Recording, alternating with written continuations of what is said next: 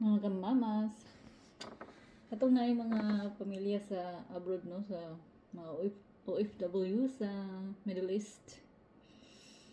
Kamustahan niyo ang mga auntie dito, mga uncle, mga mama, papa ba, ate, kuya. O basta mga pamilya niyo na naas dito nag-abroad. Na nagkamot para sa inyo, ha.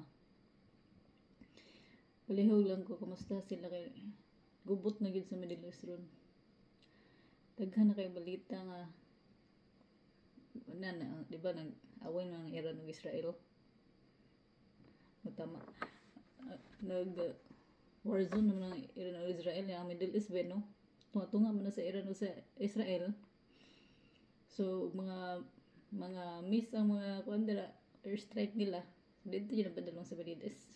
Try lang. Pero sugod na yung gubot dito, no? Gera.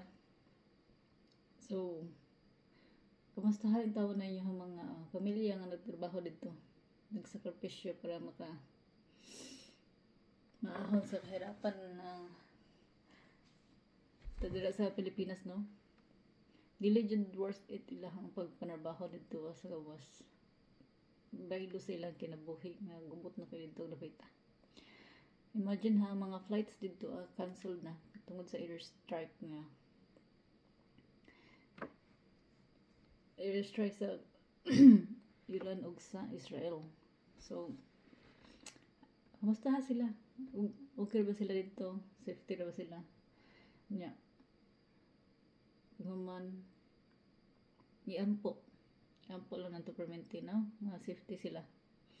Napag kuya ate dito, ano, sa TBib. Grabe. Hadlo po kayo, anxiety po tag-apil. Kaya syempre, igsoon mo mo nung na dito.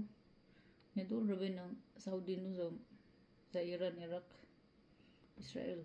Basta na sa darang area. Airstrike ba yung mga Madeir? Sabi ko, asa na siya mo? Matug pa.